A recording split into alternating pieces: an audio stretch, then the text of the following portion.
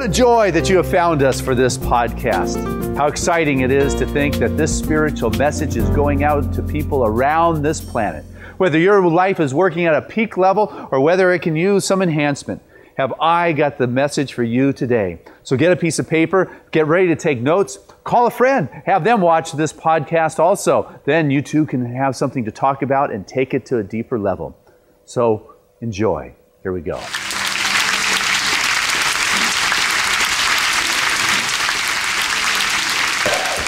Hey, good morning, Seaside. What a joy it is to be here with you as you let your light shine. There is a blessing that is here today. Today is what a great message about letting your light shine when graduation is being experienced across the country.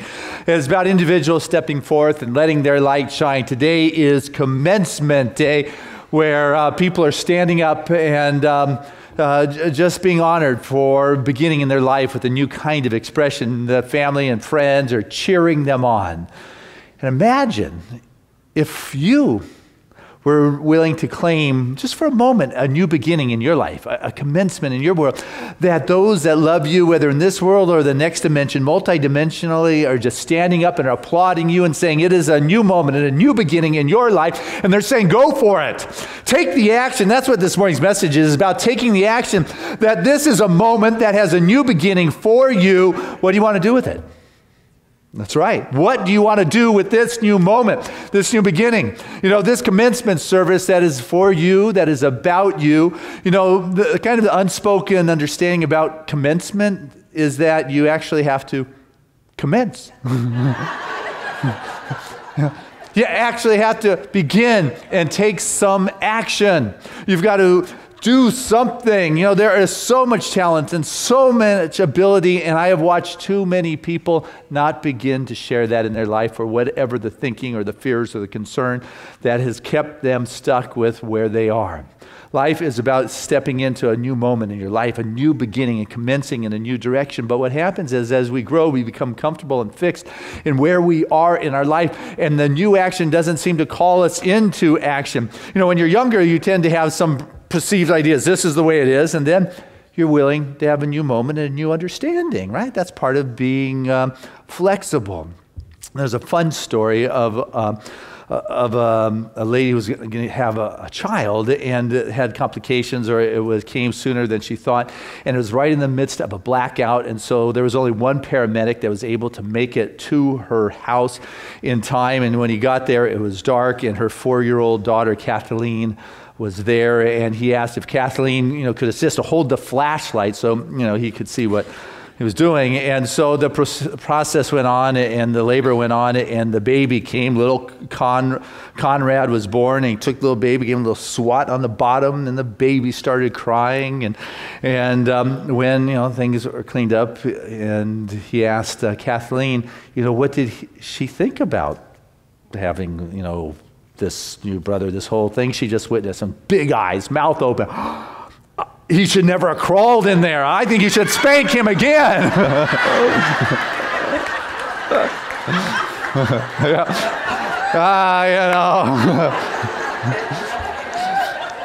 Now I'm sure her idea has evolved since that moment. Should a child watch childbirth? I don't know. The way they have their own shields and their protections. But the thing in life is that this is a new moment, and you get to take the action to bring forth a new expression in your life. And what happens so much is people sometimes don't expect that this is a new day, a good day, a God day, because they're too busy being held down by what had occurred in their past. How can they expect good when there wasn't good in their life? And the past does not have to determine what your present and your future is going to be unless you're holding on to it. But you have got to be willing to know that this is a new moment and that you are free from that. And I listen to people time and time again, not in the present moment. And the present moment is the only place where there is a new moment, a God moment, the place where activity can happen. And yet they're not in the present moment because they are afraid or concerned with the difficulties that are presently going on in their life, and they're choosing to ignore the difficulties that are there. They don't want to deal with the difficulty, so they live in the future when the doctors heals me, or when I win the lottery, or whatever will happen in the future, or in the past when I was a child and everything was wonderful, and it keeps them from being in the present moment. What I want you to understand is the only place your action and your activity can happen is in the now moment, and the now moment is the time to expect a good day, a new day, a God day. This is a moment trans-dimensionally. People are cheering you on, saying, go for it. You have got the talent. You have got the ability. It's time to commence it. It's time to share it in a way you haven't before. Listen to that. Listen to that. That is in you. That is encouraging you. What are you tuning into? I got to tell you how to this wonderful dog by the name of Sage. Big, lazy golden retriever. Big love. He loved to sleep. And he loved to eat. And I don't know how he knew, but when I opened up that refrigerator door, he could be sound asleep and boom, he was right there. What are we eating, Dad? What's up? Let's take that one, pointing with his nose, if not to help himself. He was like, no. So he'd be sleeping outside in the sun. I say to Trevor, my little guy, watch this. See if I can open the chips. Man, he is from a sound sleep right there. He was tuned in. He heard that. He didn't hear the other stuff. He didn't hear me calling him. He was tuned in to people coming 10, 15 seconds before they ever knocked on the door. He was up. Hey, somebody's at the door. It's like, what? Oh, yeah. What are you listening to in your life? My son, Trevor, has selective listening abilities. Trevor, time to clean up your toys. Phew. Not a clue. But if I'm in the other room and say, hey, Trev, you want to go to the toy store? Man, he is up and ready to go. What I want us to get is that you can hear what it is you set your intention on. You can hear the Spirit talking. You don't have to hear the garbage that is out there. You don't have to hear the headlines that are out there. You can hear God saying, you're whole, you're good. Share your talent. This is a new moment. What are you tuned into? What are you listening to? Down in Costa Rica, we got bats that fly at night. Not my favorite flying night creatures. And they eat frogs, little frogs. And and it's loaded with poisonous little frogs out there. And you go out at night, it's this cacophony of sounds of these frogs ribbiting or whatever frogs do to make noise. But what's interesting about these bats is they don't eat the little poisonous frogs, they eat the little non-poisonous frogs. How do they know the difference between a poisonous frog and a non-poisonous frog at night? Well, watching a documentary, I learned. And I'll share it with you. It may be a piece of information you'll need in the future. They have an ability to hear, and the poisonous frogs croak at a higher frequency or something. And so they sit there and they listen, and they hear the one that's not poisonous, and they go for that one. And the documentary showed a small area with 20 little frogs, only one of which was non-poisonous, and the bat sat there and listened, swooped down and left the 19 and grabbed the one good one. What I want us to understand is, what are you listening to?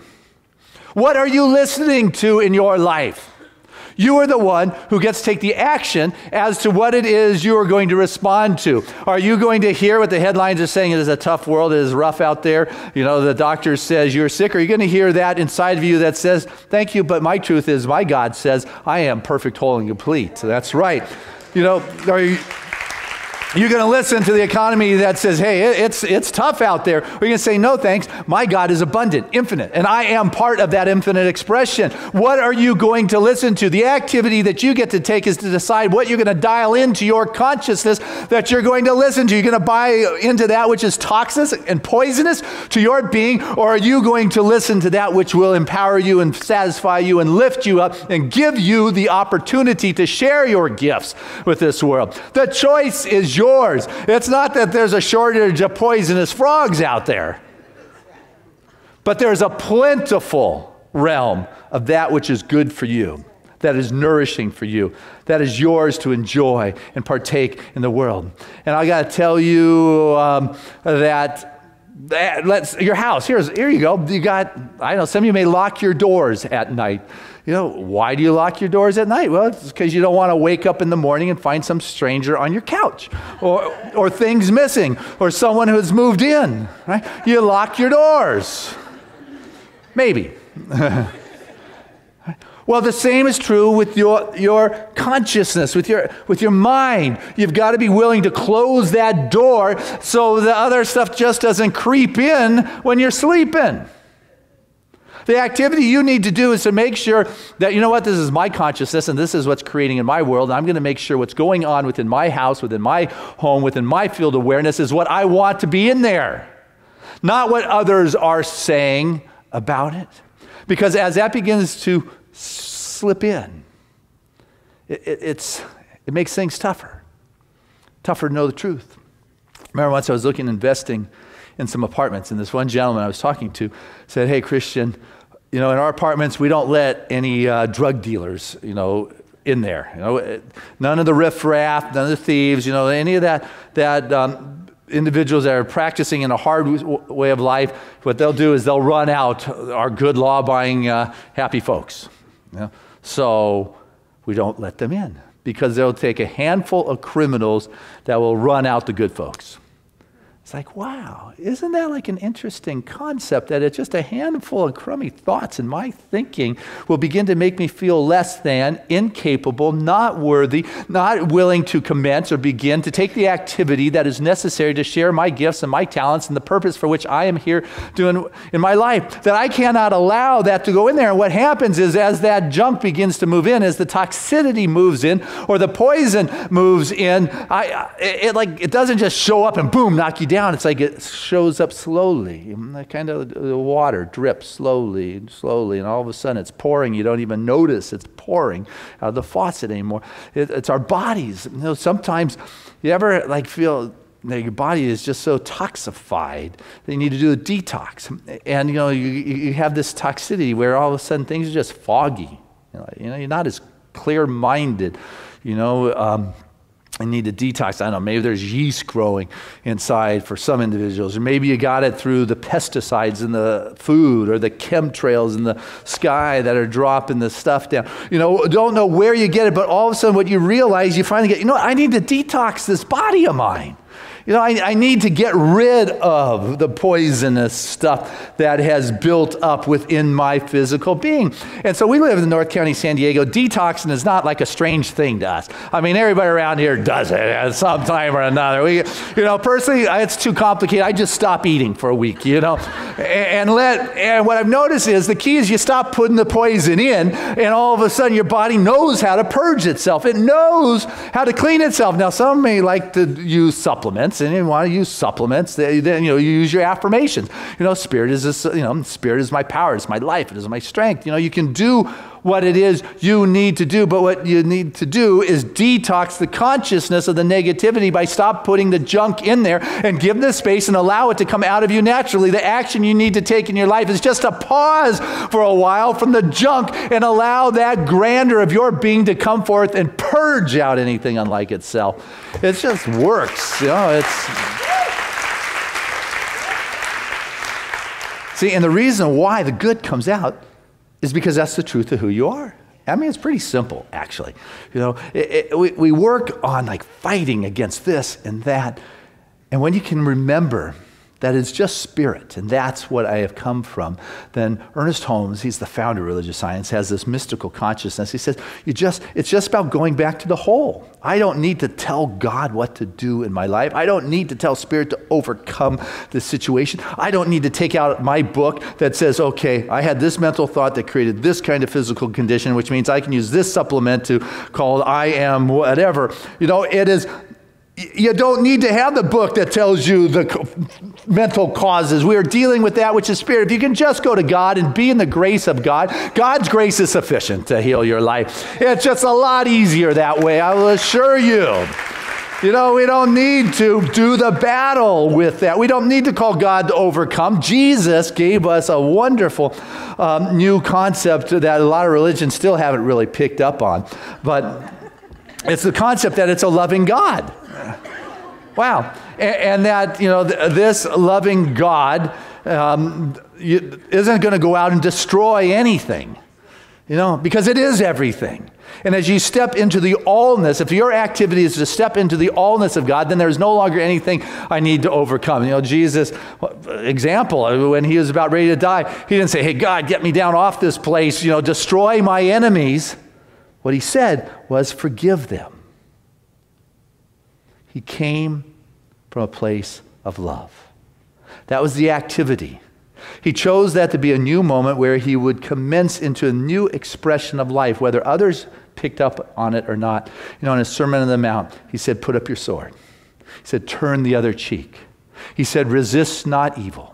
And for that message to really work, he had to practice that and realize that there was only one Spirit, and that is the presence of God. That is not duality, and it is not a sense of separation. There is no otherness. There is only one life. That life is God's life, and that life is my life now. And that is what I get to be in this world. And if I am being toxified or having challenges, I get to stop, realize that I can feel the love and the applause of all those that bless my world, saying, this is a new moment. What am I going to do with this? How am I going to step forth into life? I'm a child of God, entitled to experience the fullness, the richness, the wholeness, the ease, the grace in this world. I'm not here to struggle. I'm here to be a channel through which the gifts of Spirit come forth. I am that activity that God is having. And I am not going to be what other people say I'm to be. I'm not going to end up being, what other people think I should be in my life, saying, hey, you're not good enough. Or it says in Philippians, think on these things, that which are right, that which are true, that which are pure, that which is love. Think on these things. I'll keep you in perfect peace whose mind can stay on me, whose mind can stay on God. Not that I have to overcome this difficult situation. I'm not dialed into the poisonous frogs. I am dialed into that which is nurturing, life-enhancing, life-empowering. I am that expression of Spirit that is in my life. I don't need to have to worry about the poisonous and toxicity of this world. I am dialed in to hearing Spirit, period. And that is what I'm going to be. Yet people are going to say, hey, I don't know about you. That's all right. They don't have to know about me. What I know is who I am. A story that always touched me was about this young boy. Young boy, he was a baby when he was born. In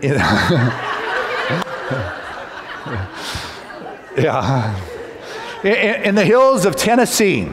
And he was born to his mom out of wedlock. Didn't know who the dad was. It was a single mom who raised this boy, and it was in an era and a time and a location where that was just not acceptable. It was discriminated against. The treatment of someone who didn't know who the father was just not kind. By the age of 3, this boy was the outcast in the small town. The other parents wouldn't allow him to play with their children, and as he grew, he'd go to the local store with his mom on Saturdays, and people were just not kind in just indiscriminately would say things loudly so everybody could hear them. Things like, they don't know who that boy's father is. I wonder who that boy's dad is.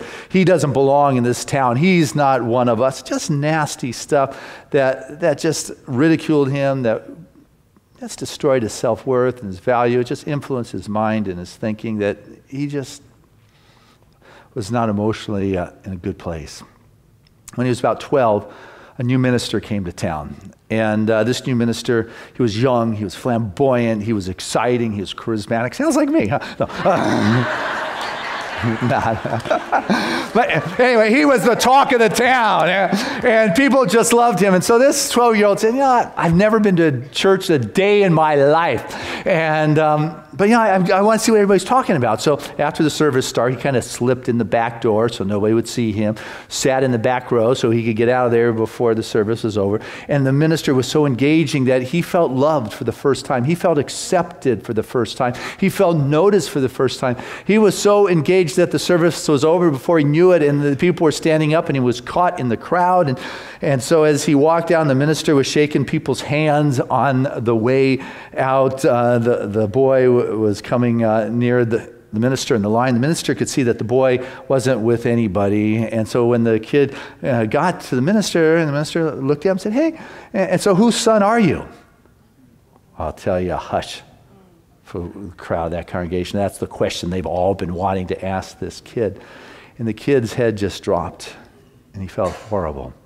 But the minister was quick on his feet with the wisdom of God. He saw something was off, and he said to that guy, wait, I see the resemblance. I see you look just like the Almighty. You're a child of God. Your semblance is powerful. You're a divine expression of God. Your Father is the Heavenly Father. I can see it now. Wow. Well, everybody else's head dropped and his lift up. And for the first time in his life, the bonds that had him shackled in inferiority and just horrible self-worth were broken. It was in that moment he realized who he was. He was a child of God. It didn't matter what others said.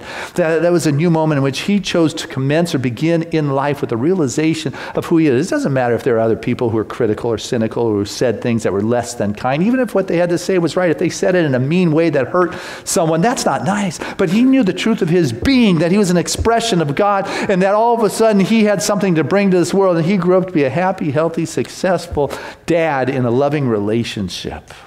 You know, this is a new moment, and it is your activity that gets to decide whether you are going to buy into the toxicity that is in this world, and if you have, am I going to detox and let it out of my system, because there's a wholeness of my being that knows how to purge out anything unlike itself just by entering that state of grace, by letting go, saying, you know what, I can feel that. It's no different than you want some sun. You go outside and you go, sun, yeah. You don't beg for it.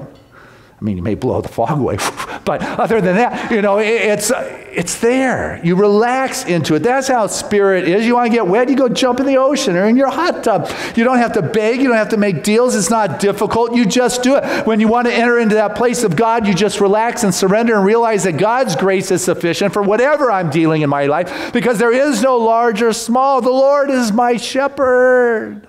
I shall not want. Period. You are a magnificent expression of God.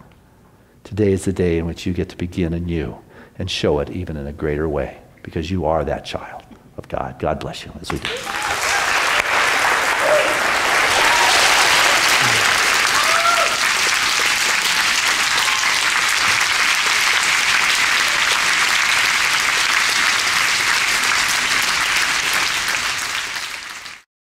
Again, a lot of heart and soul and passion. Divine love through me blesses and multiplies all that I am, all that I give, and all that I receive. I am prosperous now. Hey, I trust you enjoyed that podcast. It was very exciting to be able to create that and to know that there are people like you all around the world that are observing and integrating these spiritual principles into their life. And so if you enjoyed it, what I'd like to do is encourage you to tell a friend or bring several friends together and watch another one of these podcasts. And then afterwards, take some time to talk about the spiritual principles, to talk about the stories and what significance they have and relevance they have in your life. What then happens is it moves to a deeper and deeper level in your world. It becomes real and assists you to create the freedom in your life that your heart and soul so desire. So if you like this, I encourage you to watch it again, but also tune into our website here at seasidecenter.org. There, you can get some of my written material and take a look at it. You can read some of my spiritual prayers. You can even go to our online bookstore and order some of the books. And if you're so moved, what I greatly would appreciate is your financial support, which you could do online at seasidecenter.org. It is support like yours that assists us to be able to continue to do these kinds of gifts for humanity and send it out to the world. Because you know what? We are making a difference with this spiritual message. And because of support like yours, people are being touched in the farthest reaches of this planet, as well as our backyard, more than we could ever begin to realize. So I thank you from the fullness of my heart for making a difference.